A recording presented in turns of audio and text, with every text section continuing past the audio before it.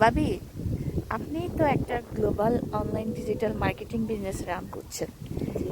এই যে আমরা যারাই আছি, আমরা কিন্তু এই সোশ্যাল মিডিয়াতে স্ক্রল করতে করতে আমাদের অনেকটা সময় পার হয়ে যায়।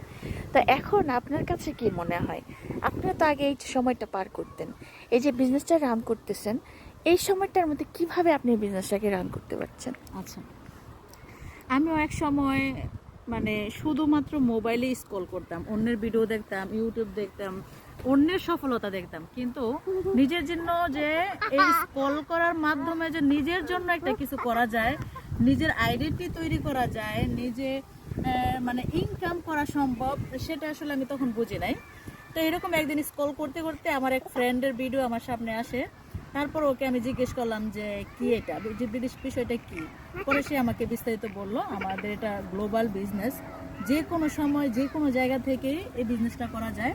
তখন আমার ফ্রেন্ড আমাকে বিস্তারিত বললো এবং আমি সব কিছু দেখলাম, বিজনেস মডেলটা দেখলাম।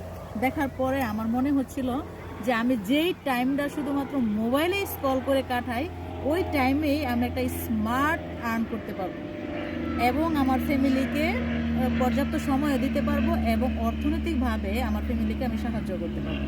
জি, সেজন্যই আমাদের এই অপশনটা সবসময় খুঁজে নেওয়া উচিত যে জি।